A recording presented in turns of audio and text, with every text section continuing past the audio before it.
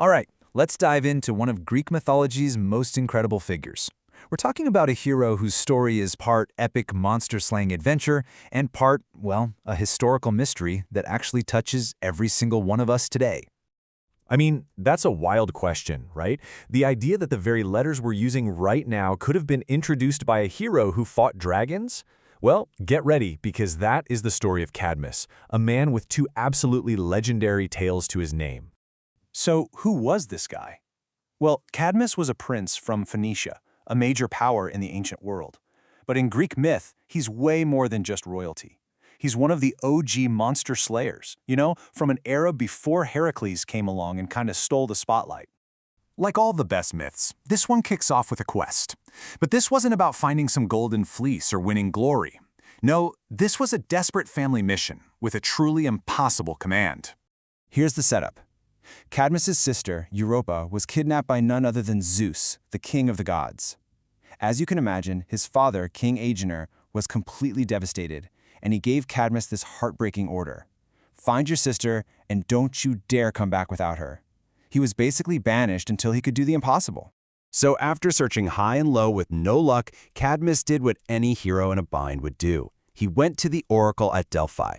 And the oracle's advice was bizarre. She basically told him, forget your sister. Your destiny is somewhere else. Find this special cow and just follow it. And this is where the story just gets wonderfully weird. See, this strange instruction wouldn't lead Cadmus to a sister. It would lead him to founding one of ancient Greece's most famous and powerful cities, Thebes, through a series of truly violent and magical events. Okay, so here's your 4-step guide to building a city Greek myth style. First, you follow that sacred cow until it lies down. Boom, that's your spot. Second, to get fresh water, you have to kill the guardian of the spring, which in this case is a giant dragon sacred to Ares, the god of war. No big deal. Third, the goddess Athena pops in and tells you to pull out the dragon's teeth and plant them like seeds. And finally, when an army of armored warriors, the Spartoi or sown men, springs up from the ground, you just toss a rock into the middle of them and trick them into fighting each other to the death. Simple, right? So, out of all that chaos, order is born. The last 5 warriors standing pledged their loyalty to Cadmus.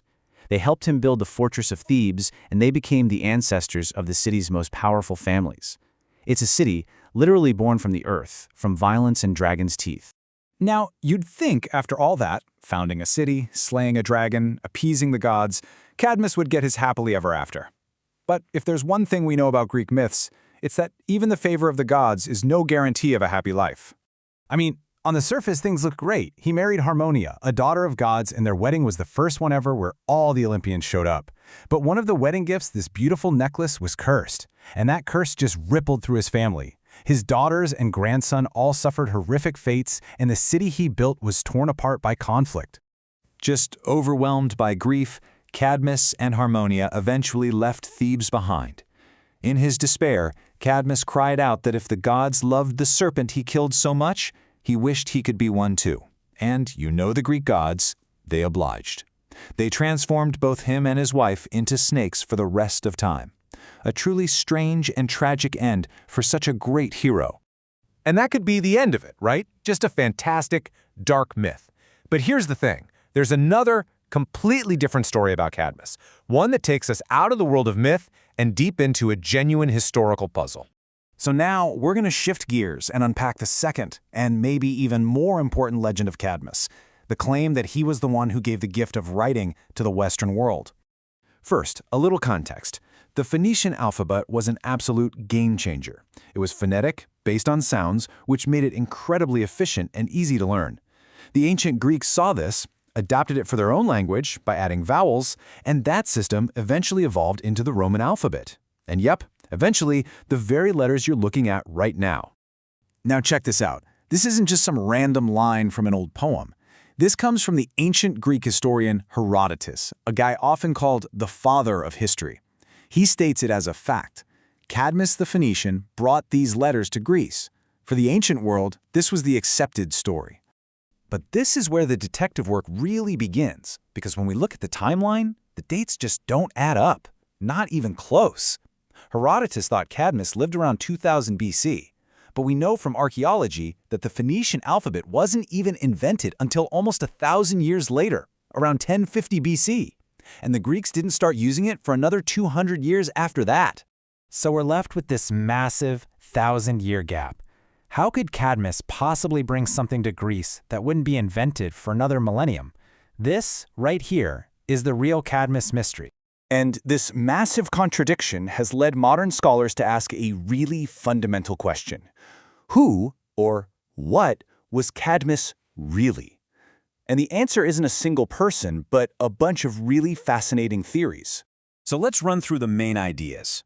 One theory is that Cadmus isn't a person at all, but an allegory, a story the Greeks told to explain all the amazing ideas, especially the alphabet, that they got from the East. Another idea is that he was a real hero, but a much older one, and the writing story was a confused memory of their own lost script called Linear B. And of course, some think the story was just political spin, or that he was an entirely fictional character made up to explain Thebes' founding. And this really gets to what most scholars think today. The man named Cadmus probably never existed, but the idea of Cadmus was essential. He became the face of a massive historical turning point. He's a personification of that moment knowledge was transferred from east to west, a way to put a heroic human story onto a technological revolution. So, let's sum it all up. Cadmus is this incredible dual figure. He's the hero of a wild, classic Greek myth full of monsters, gods, and tragedy. But he's also the centerpiece of a historical puzzle where ancient stories and modern archaeology just don't line up. His legend is probably the perfect example of how ancient people used a great story to make sense of a huge world-changing event. And that leaves us with one last thing to think about. The story of Cadmus shows how a massive historical event, getting an alphabet, was personalized, turned into the heroic journey of a single man. It really makes you wonder, doesn't it? How many of our own stories about who we are and where we come from are doing the exact same thing?